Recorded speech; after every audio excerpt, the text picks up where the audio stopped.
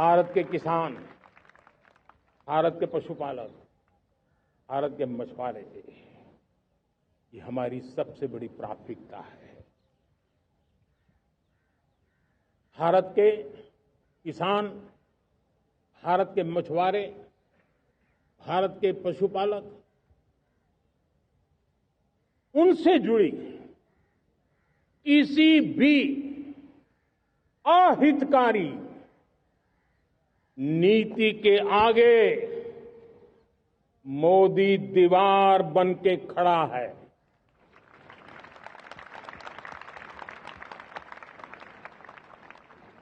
भारत अपने किसानों, अपने पशुपालकों, अपने मछुआरों के संबंध में कभी भी कोई समझौता नहीं स्वीकार करेगा।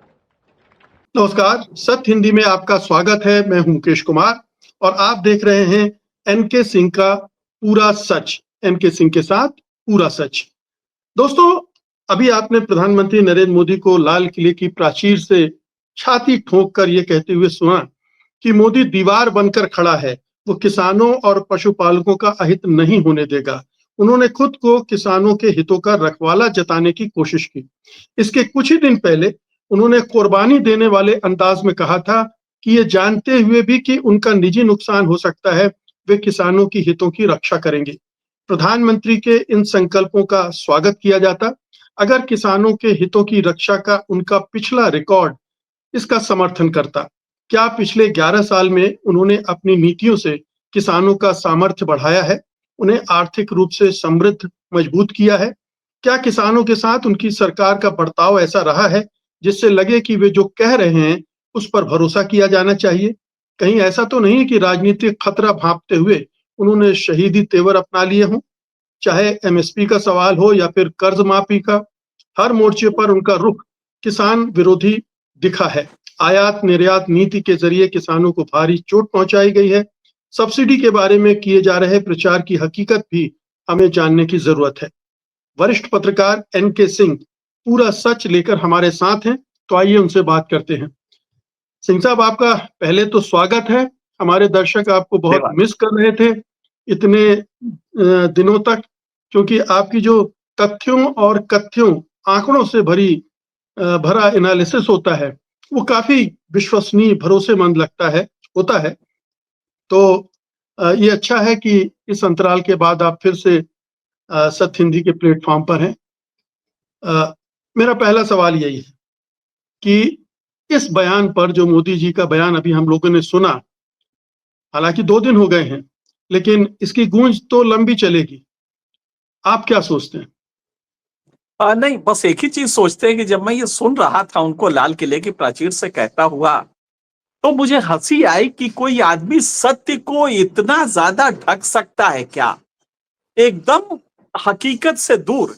और तभी मैंने तय किया कि हम अपने जो हमारे व्यूअर्स हैं उनके बाद फिर जाएंगे, क्योंकि इस इतने बड़े असत्य को लेके अगर समाज में देश के प्रधानमंत्री बोलते रहेंगे तो मुझे लगता है कि हम अपनी ड्यूटी से च्युत हो जाएंगे, ड्यूटी से हट जाएंगे इतना बड़ा असत्य देख के।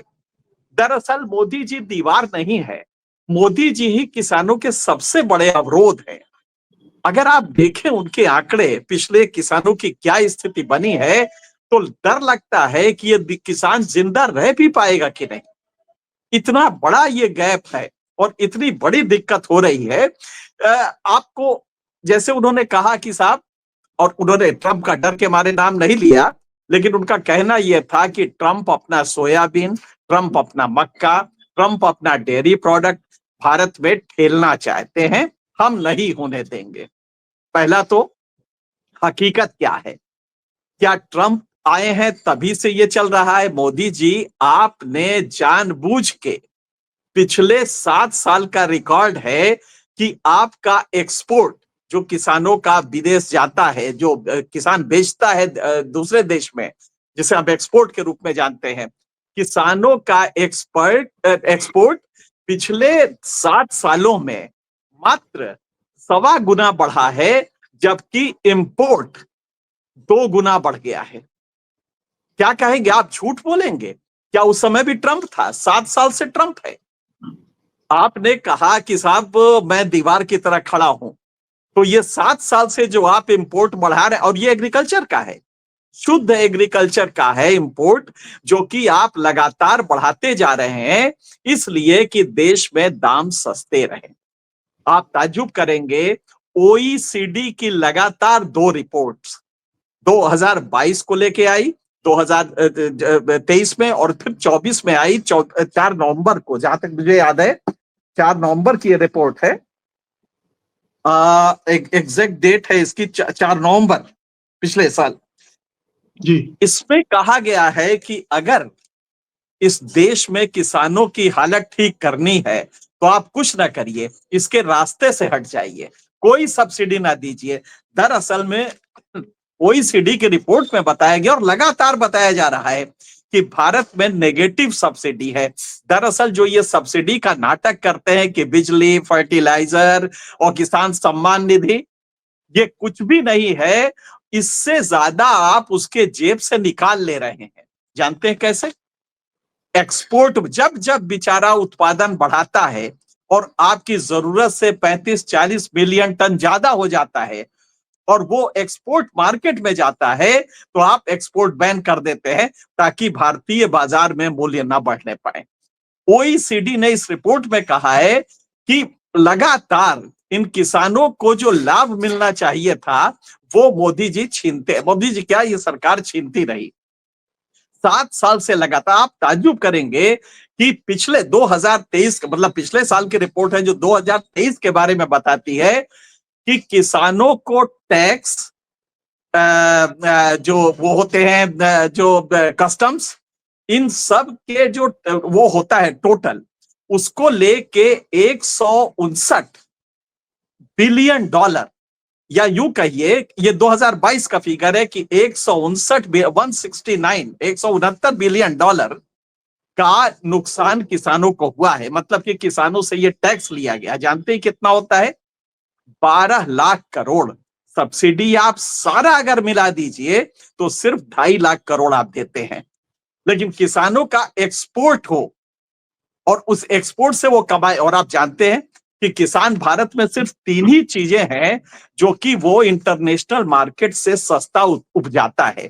प्रति हेक्टेयर जब आप देखेंगे उसकी कॉस्ट तो सस्ती होगी। जैसे उदाहरण के लिए चावल, चावल भारत में काफी ज्यादा पैदा होता है, और चावल का प्रति हेक्टेयर अगर आप मूल्य देखेंगे तो जो कॉस्ट आती है उसको, और जो मार्केट में वो ले जाता है, वो इंटरनेशनल मार्केट से कम है। मतलब कि वो सस्ता, ये वहां पे इंटरनेशनल मार्केट में बेच सकता है। यही स्थिति, आपको कुछ आंकड़े बताएं, आपके व्यूअर्स के लिए ये अच्छा रहेगा कि हम आंकड़ों से जवाब दें। जैसे चावल है, चावल आप ताज्जुब करेंगे कि भारत के किसानों का ये 3517 रुपया पड़ता है, जबकि इंटरनेशनल मार्केट में 4184 रुपया है। तो ये बेचारा 700 रुपया कमा लेता। लेकिन मोदी जी जैसे ही देखते हैं कि ये इंटरनेशनल मार्केट में जा सकता है तो एक्सपोर्ट बैन कर देते हैं। पिछले 3 साल से चावल का एक्सपोर्ट बंद है, गेहूं का एक्सपोर्ट बंद है, शुगर का एक्सपोर्ट बंद है, सिर्फ इसलिए कि इसके भाव बढ़ेंगे तो पॉलिटिकली हमें नुकसान होगा, अखबारों में निकलेगा कि चीजें महंगी हो रही हैं, और इस तरह से किसानों को उनका नुकसान। और सिर्फ यही 3 चीजें हैं जिसमें किसान आगे है। जैसे कि आप 3 चीजें लें, ग्राउंडनट, व्हीट, गेहूं। मैंने अभी आपको बताया कि जैसे उदाहरण के लिए लीजिए गेहूं का, मैंने चावल का बताया था। उड़द का देखिए आप, उड़द भारतीय किसान 7200 में इसका ये बेचता है, इसका यहाँ मार्केट प्राइस है, जबकि इंटरनेशनल प्राइस 8300 रुपए है। बड़े आराम से ये बेच सकता था, लेकिन नहीं, दाल महंगा हो जाएगा, और दाल महंगा होगा तो मिडिल क्लास हल्ला करेगा, लिहाजा हम इसको दबा लो, ये पॉलिटिकली नुकसान कर सकता है, तो आप एक्सपोर्ट बंद कर देते हैं। सोचिए, चावल का एक्सपोर्ट, एक अकेला चावल है जो भारत अपनी उपज से ज्यादा, अपने जरूरत से ज्यादा पैदा करता है, लेकिन जैसे ही ज्यादा पैदा करता है तो उसके, चूंकि बाहर आप बेचने नहीं देते हैं, लिहाजा उसकी प्राइस नीचे आ जाती है। उसी तरह आप दूसरा देखें, तमाम ऐसी चीजें हैं जो आप जैसे ही दाम बढ़ने लगते हैं किसान के, तो आप इंपोर्ट कर लेते हैं। यही वजह है कि वो जो इंपोर्ट का मैंने फिगर बताया कि भारत में इंपोर्ट की स्थिति ये थी कि सन 2018-19 में भारत के किसानों का कृषि का उपज जो है, उत्पाद जो है, वो 39.2 बिलियन एक्सपोर्ट हुआ, और सॉरी 39.2 बिलियन एक्सपोर्ट हुआ, जबकि इंपोर्ट हुआ 20.9 बिलियन। ये 7 साल पहले की बात है।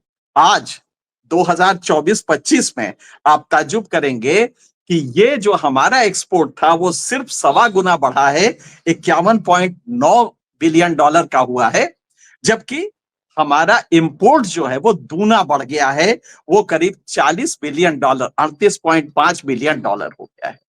मतलब कि इंपोर्ट हम ज्यादा कर रहे हैं, और ट्रंप नहीं है उसमें, 7 साल से ट्रंप नहीं है। तो मोदी जी जो दीवार बन के खड़े हैं वो बिल्कुल गलत कह रहे हैं। आप कुछ ना करिए, आप किसानों को उनका प्रोडक्ट बेच देने दीजिए। अगर वो ज्यादा बढ़ती है, देश की जरूरत से ज्यादा है, तो उसको विदेश में बेच लेने दीजिए, एक्सपोर्ट सिर्फ इतना कर दीजिए, आपको कुछ नहीं करने की जरूरत है। अब आप तस्वीर का दूसरा पहलू देखें, किस तरह से। एक सवाल है सिंह साहब कि एक तरफ तो भारत इंडस्ट्रियल, मोदी सरकार इंडस्ट्रियल प्रोडक्ट को सपोर्ट करती है कि जितना ज्यादा एक्सपोर्ट कर सके करे, वो उसको एक्सपोर्ट सब्सिडी भी दी जाती है, और यहाँ किसान को एक्सपोर्ट भी नहीं करने दिया जाता है और इंपोर्ट की मार भी उसी पर पड़ती है। तो दो तरह से किसानों को।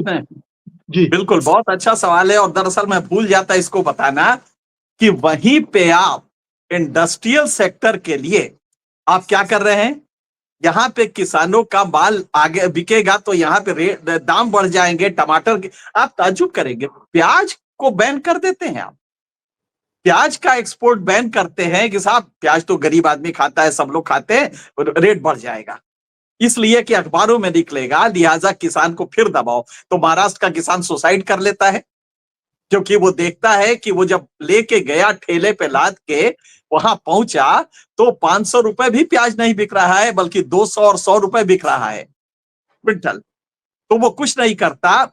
एक किसान ने ये किया था कि उसने 1700 रुपए का चेक मोदी जी के नाम काट के जहर खा लिया और मर गया, और ये चेक भेज दिया कि मोदी जी, ये हमारी पूरे वो साल भर की कमाई है, ये आप रख लें, देश के सेवा में काम आएगा, और मैं दुनिया से जा रहा हूं, ये कह के वो मर गया।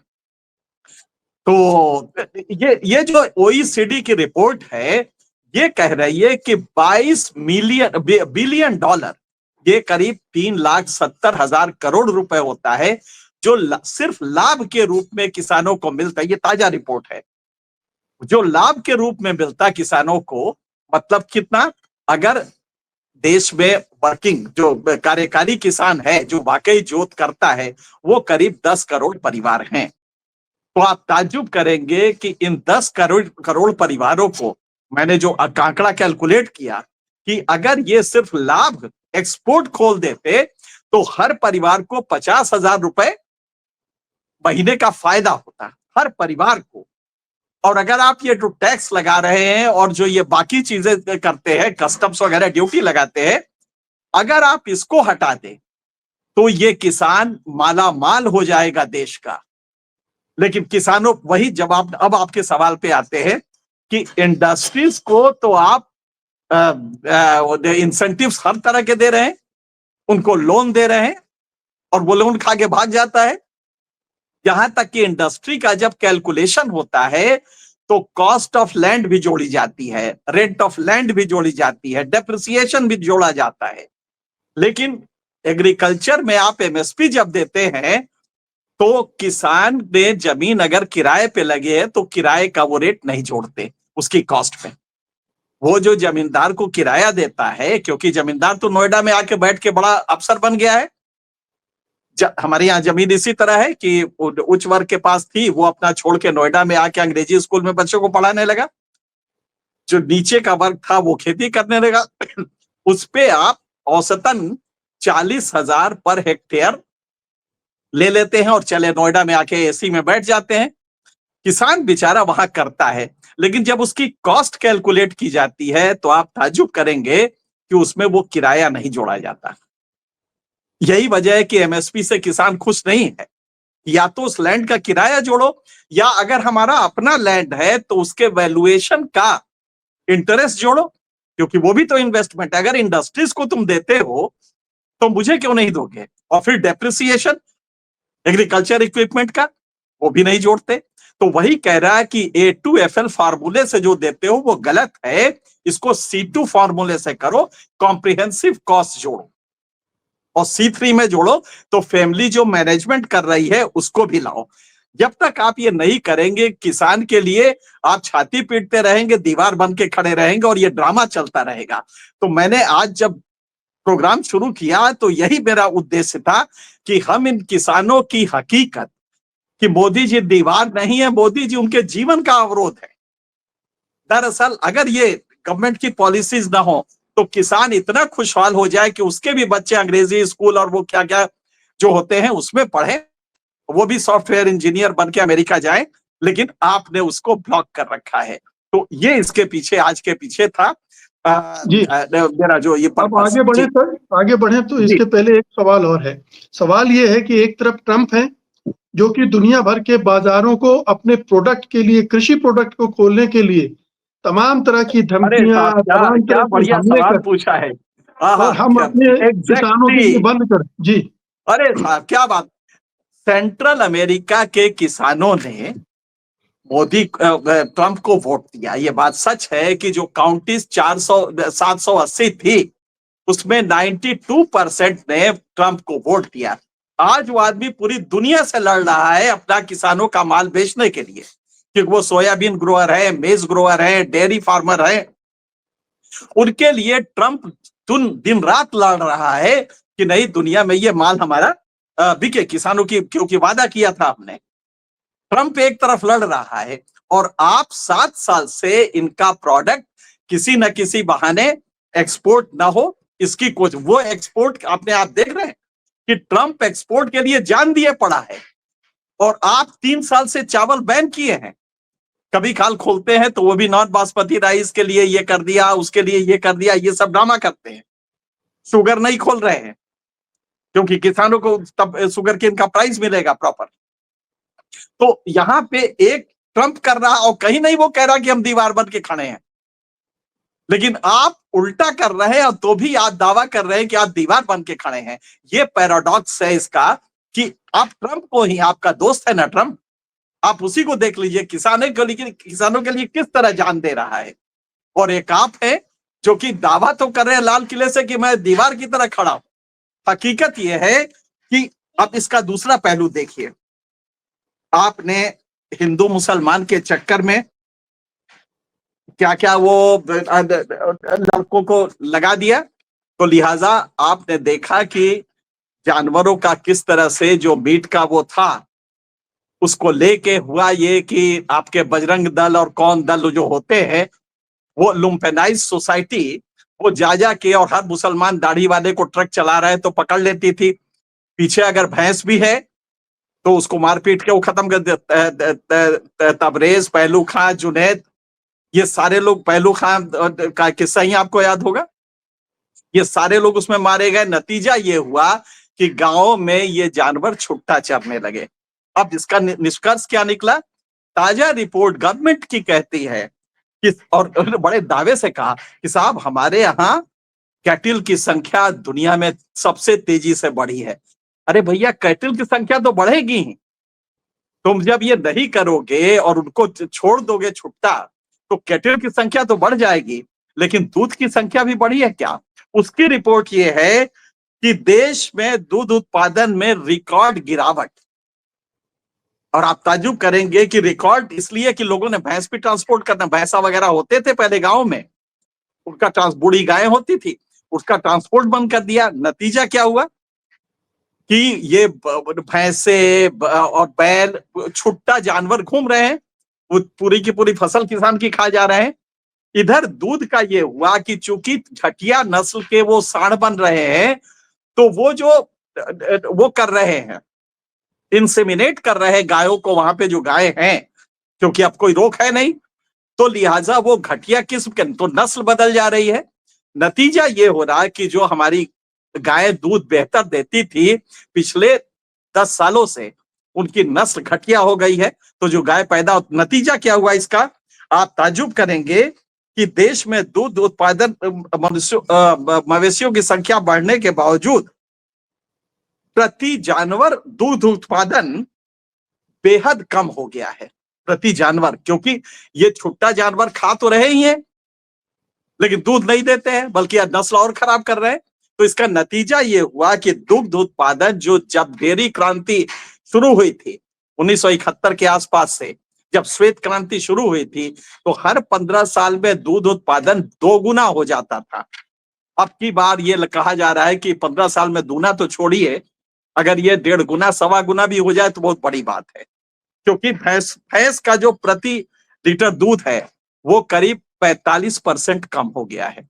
और भैंस, पूरे दूध में 45% भैंस का ही दूध होता है। यही स्थिति गाय की है। तो हकीकत ये है कि आपका दूध जो डेयरी फ्रंट था, उसमें भी आपका दूध इंटरनेशनल मार्केट में खड़ा नहीं हो पाएगा, क्योंकि उस दूध की कॉस्ट ज्यादा आ रही है। ये आपकी पॉलिसी की वजह से, जो आपने ये गौ हत्या और ये क्या सब गौ मांस और ये सब नाटक शुरू किया, जिसकी वजह से आज छुट्टा जानवर पूरे देश की फसल खा रहे हैं, किसान कराह रहा है, बोल भी नहीं पाता है। तो मुझे लगता है कि ये दूसरा पहलू है।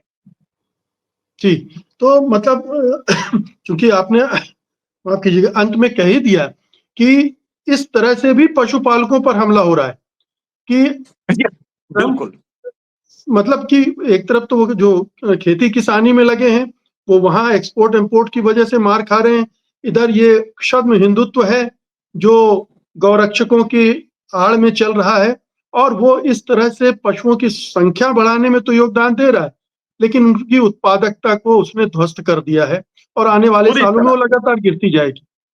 उस पर लिखा है कि भैंस का उत्पादन गिरा है, जबकि संख्या बढ़ी है और उत्पादन गिर गया। प्रति लीटर आप ताजुब करेंगे, जो विदेशी नस्लों की गाय थी या जो क्रॉस ब्रीड थी, वो इस समय 8 लीटर प्रतिदिन देती है दूध, जबकि देसी नस्ल की गाय सिर्फ 4 लीटर देती है, और खाती उतना ही है जितना वो खाती है। तो ये दूध का आपका, और किसान करता क्या था कि जब देखा कि मोदी जी की सरकार लगातार उसके लाभ पे कुंडली मारे बैठी है, तो वो पशुपालन की तरफ चला गया। आज उसकी आय का अगर 12,000 रुपया आय है महीना, तो उसकी आय का करीब 3600 रुपया आता है किसानी से, 4200 रुपया दूध और बाकी इस तरह के डेयरी वगैरह के काम से आता है। तो आप समझ सकते हैं कि वो डेयरी की तरफ शिफ्ट किया, तो आपने इस आंदोलन के चक्कर में उसको खत्म कर दिया। अब वो दूध में भी नहीं आगे बढ़ पाएगा। तो ये दूसरी मार थी उसकी। ये अब तीसरी मार, जो आपको लगेगा कि वाकई इससे बड़ा मार कुछ हो नहीं सकता। आपको कुछ आंकड़े देते हैं। भारत में जरा गौर कीजिएगा, एम्प्लॉयमेंट कृषि में, आप जरा दुनिया का पहले सुन लीजिए। इंग्लैंड में 1% ही लोग हैं जो कि कृषि में इन्वॉल्व है, कृषि में एम्प्लॉयमेंट जिनको मिला है, जबकि उनका कंट्रीब्यूशन एग्रीकल्चर में, चूंकि वहां इंग्लैंड बहुत छोटा देश है उसके हिसाब से, एरिया के हिसाब से, तो वहां पे खेती उस तरह बहुत प्रबल नहीं है, लिहाजा खेती का कंट्रीब्यूशन बहुत कम है। लेकिन 1% वहां पे एम्प्लॉयमेंट खेती में है, परसेंट के हिसाब से हम कह रहे हैं। यही जर्मनी में है 1%, यही अमेरिका में 2% है। अमेरिका में 2% लोग खेती में हैं और एम्प्लॉयमेंट भी 2% है, जबकि जीडीपी में उसका कंट्रीब्यूशन करीब 1% है। चलिए साहब, फ्रांस भी 3% लोग हैं जो कि खेती में एम्प्लॉयमेंट पाते हैं। जापान 3% है, रशिया 6% है, ब्राजील 6% है, माफ कीजिएगा, ब्राजील 8% है, लेकिन उसका जीडीपी में कंट्रीब्यूशन भी 8%, 9% है।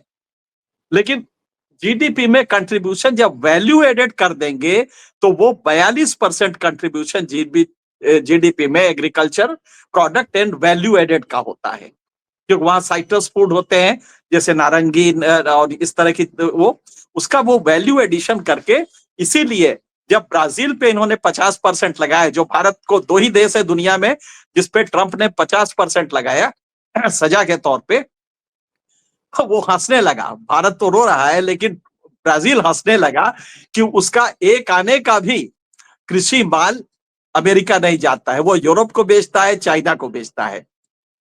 यही वजह है कि उसने ठेगा परवाह ही नहीं की इनकी, और वो आराम से बैठा हुआ है। लेकिन भारत के लिए पसीने छूट गए हैं। तो खैर, हम जो आंकड़े बता रहे थे, ब्राजील 8% लोग इसमें इन्वॉल्व हैं, साउथ अफ्रीका में 19% इन्वॉल्व हैं, चाइना में 22% इन्वॉल्व हैं एग्रीकल्चर में, लेकिन भारत में 46% लोग खेती में इन्वॉल्व, मतलब एम्प्लॉयमेंट ले रहे हैं। और एक्चुअली इनडायरेक्टली अगर आप देखेंगे तो करीब 55% लोग इन्वॉल्व हैं, मतलब डायरेक्टली या इनडायरेक्टली। सो उसके बीबी भी खेत में इन्वॉल्व है, खेत में काम करती है या पशु को चारा देती है, इस तरह से इन्वॉल्व है। तो एम्प्लॉयमेंट को अगर आप देखेंगे तो भारत में 44% है, लेकिन एग्रीकल्चर इकोनॉमी से सस्टेनेंस पाने वाले करीब 55% से कुछ ज्यादा है। अब ये वजह क्या है कि 55% लोग इन्वॉल्व हैं इसमें या 44% एम्प्लॉयमेंट में है? इसलिए कि मोदी जी, आपने उनको इंडस्ट्रीज में जो स्कोप उनको नौकरी की मिल सकती थी, उनको स्किल करते, तो स्किल इंडिया आपका फेल हो गया।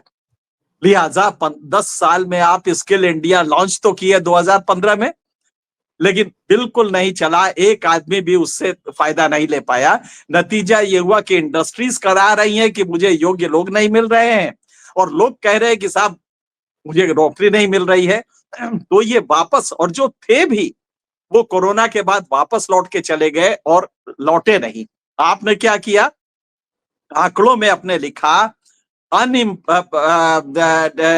अनपेड फैमिली वर्क, इसका कॉलम बनाया और इसमें उनको डाल दिया कि साहब ये एम्प्लॉयड है। पकौड़ी तलना, अच्छा मोदी जी ने दे दिया है कि भाई पकौड़ी भी तलना है, बिजनेस है। तो अब वो बेचारा गरीबी में घर में बैठा, दुकान पे बाप भी बैठते हैं, बेटा भी बैठता है, बहन भी बैठती है, क्योंकि कोई पढ़ता नहीं है। तो अनएम्प्लॉयड, अनपेड फैमिली वर्क को आपने एम्प्लॉयमेंट मान लिया, जो कि आईएलओ के रिकॉर्ड में नहीं है। और इस तरह से आपने कह दिया कि सबको मिल गया, नौकरी मिल गई, नौकरी। जैसे यहाँ किसान के लिए दीवार बन के खड़े हैं, वहां एम्प्लॉयमेंट के लिए कह दिया साहब गजब का नौकरी मिला है। हमारे यहाँ तो अब सब लोग रोजगार में हैं, जबकि वो बेचारा पकौड़ी इसलिए तल रहा है कि पड़ोसी ये ना कहे कि क्यों रे तू काम नहीं करता, उसकी शादी नहीं होगी। और पेट भरने के लिए भी सच बात ये है, तो अंडर एम्प्लॉयड है, वो बीए करके पकौड़ी तल रहा है। तो हकीकत ये है कि आपने इंडस्ट्रीज में उसको काम नहीं दिया। नतीजा ये हुआ कि वो गांव में ही बैठ के रह गया है। तो इस समय रूरल एम्प्लॉयमेंट की बुरी हालत है। ये तीसरा मार एग्रीकल्चर सेक्टर पे आपने किसानों को दिया। एक सवाल, जो एक आंकड़ा रह गया है, आपने कहा कि लगभग 55% लोग एग्रीकल्चर पर डिपेंड कर रहे हैं इस समय, लेकिन इनका जीडीपी में कितना योगदान है? आपने ब्राजील, बहुत बढ़िया, बहुत बढ़िया। दरअसल ये अगर आप न रहते तो बहुत अधूरा रह जाता। बिल्कुल सही कहा आपने। 55, जरा गौर कीजिएगा, 55% लोग और 18% कंट्रीब्यूशन। जीबीए अगर लेंगे, ग्रॉस वैल्यू एडेड, जो जीडीपी का ही एक दूसरा स्वरूप होता है प्रकारांतर से, तो 18.9% और 55% लोग लगे हैं। जरा सोचिए उनकी हालत, पर कैपिटा इनकम कितनी होगी। एग्रीकल्चर प्रोड्यूस जो टोटल होता है, जिसमें डेयरी भी है, ये भी है, वो भी है, सारा मिला लीजिए तो 40 लाख करोड़ का होता है। जबकि आपका टोटल जीडीपी वॉल्यूम जो है वो करीब 3 करोड़ का होता है। उसमें 40 लाख करोड़, ये टोटल आप जितना भी लगा, फिशरीज लगा लीजिए, ये सारा लगा लीजिए, तो इतना हो रहा है। आप जरा सोचिए कि कैसे वो किसान सरवाइव करेगा। उस किसान को सर्वाइवल के लिए आप जब सारा जोड़ देंगे, प्राइमरी सेक्टर का टोटल कंट्रीब्यूशन, तो 18.9% है, 20% भी नहीं है, 1/5 भी नहीं है। आपके टोटल 3 करोड़ के जीडीपी का, या ये 4 ट्रिलियन डॉलर का, जिसको आप बैठ के कहते हैं कि साहब हम 4 ट्रिलियन डॉलर इकोनॉमी हो गए, 5वीं से तीसरी होने जा रहे हैं। हकीकत यह है कि वो किसान वहीं का, उसकी स्थिति आपने बिगाड़ दी है टैक्सेशन से। और सब्सिडी का जो नाटक आप करते हैं कि उसमें दिया है, फर्टिलाइजर में दिया है, वो टोटल 2.5 लाख करोड़ है, जबकि अगर उसको एक्सपोर्ट करने देते तो वो 4 लाख करोड़ अपने जेब में लाभ के रूप में डाल लेता। और अगर टैक्सेशन और ये अगर आप इसे हटा दें तो हकीकत यह है कि किसान यहाँ का मालामाल होके उसके बच्चे भी अंग्रेजी स्कूल में और ट्विंकल ट्विंकल लिटिल स्टार करें, लेकिन आपने वो नहीं होने दिया, क्योंकि वो होगा तो ऊपर का वर्ग क्या करेगा। ये आपका दीवार की हकीकत है। तो महंगाई कंट्रोल करने के लिए किसानों पर चाबुक चलाए जा रहे हैं, किसानों को की समृद्धि को रोक दिया गया है, जबकि महंगाई कंट्रोल करने के लिए आप दूसरे उपाय भी कर सकते थे। बिल्कुल सही कहा आपने। दरअसल महंगाई जैसे कि यही है, आप जीएम फूड अगर आप वो ला रहे हैं, ये तो आपने ड्रामा कर दिया, वरना जीएम फूड अगर वो सोयाबीन ला रहा है तो ले आइए, मक्का अगर जीएम है तो ले आइए, कानून बदल दीजिए अपने यहाँ का कि जीएम हम नहीं करेंगे, क्योंकि किसान मर रहा है इसके चक्कर में। अगर जीएम है, यही कॉटन में आपने अलाउड कर दिया बीटी कॉटन, तो गुजरात का किसान, यही मोदी जी के जो चमकने का राष्ट्रीय स्तर पर आने का असली कारण यही था कि वाजपेयी जी से रिक्वेस्ट किया कि साहब जीएम हमें अलाउ करवा दीजिए, और जैसे ही जीएम अलाउ हुआ, बीटी कॉटन आया, वहां की किसान की खुशहाली बढ़ गई। यही मोदी जी के सक्सेस का कारण था। लेकिन उसके बाद उन्होंने जब प्रधानमंत्री बने तो सारा रोक दिया। बीटी कॉटन अब वो जीएम वो नहीं आ रहा है, जेनेटिकली मॉडिफाइड। वो कह रहे हैं कि नहीं साहब हम नहीं ले, जबकि चीख चीख के लोग कह रहे हैं कि अलाउ करो इंडिया में ताकि प्रोडक्शन बढ़े, लाभ बढ़े किसानों का। तो अगर आप ये जीएम फूड ले आते तो ठीक है, ह्यूमन कंजम्पशन के लिए ना रखिए, लेकिन वो सोयाबीन हमारे जानवर तो खा सकते थे ना, वो मक्का जीएम जानवर को, आज हमारी फीड की जो क्राइसिस है जिससे जानवर दूध नहीं दे रहे हैं, तो वो आप इनको दे देते। यहां पे अगर दाम कम होते मक्के के और सोयाबीन के तो आपको कुछ नहीं करना था। आपके पास मध्य प्रदेश की भावांतर भुगतान योजना है, उड़ीसा की है, आंध्र प्रदेश की है, तेलंगाना की। आप इन्हीं का मॉडल लेके किसानों को रिप्लेनिश कीजिए जो उनको घाटा हो रहा है, आप उनके घाटे की भरपाई कर दीजिए और इधर ये अलाउ कर दीजिए। तो ये आपने फॉरेन पॉलिसी का इतना बड़ा एक वो लोचा रहा है कि आपको समझ में ही नहीं आया कि अलाउ कितना हमें लेना है। हम ऐसे भी अमेरिका से कितना सोयाबीन लेते हैं, तो जो भी सोयाबीन हम लेते कहीं साहब बिल्कुल लेंगे आपका, आप बिल्कुल चिंता ना करें। सोयाबीन भी ले लीजिए, मक्का भी ले लीजिए। डेयरी पे प्रॉब्लम यह है कि वो चूंकि मांसाहार का शक है इसलिए वो हम नहीं ले सकते, तो ट्रंप इस पे मान जाते।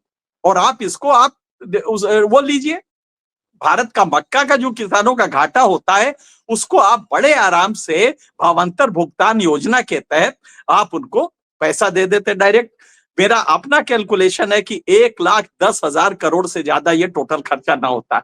इससे अमेरिका के साथ आपके संबंध भी बने रहते, आपको बहुत कुछ मिलता भी, लेकिन आपने वो भी नहीं किया, क्योंकि यहाँ पे आपको दिखाना था मैं दीवार की तरह खड़ा हूं, और फिर सच समझ में भी नहीं आया।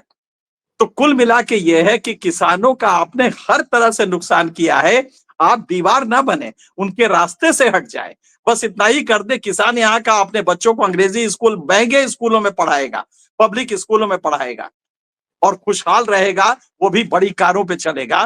मोदी जी सिर्फ आप रास्ते से हट जाइए। मोदी जी दीवार बनना चाहते हैं, आप उनसे कह रहे हैं रास्ते से हट जाइए।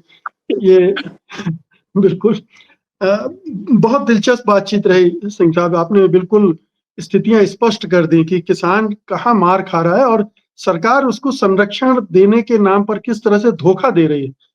बहुत बहुत शुक्रिया आज की बातचीत के लिए, बहुत बहुत शुक्रिया आज की बातचीत के लिए। धन्यवाद।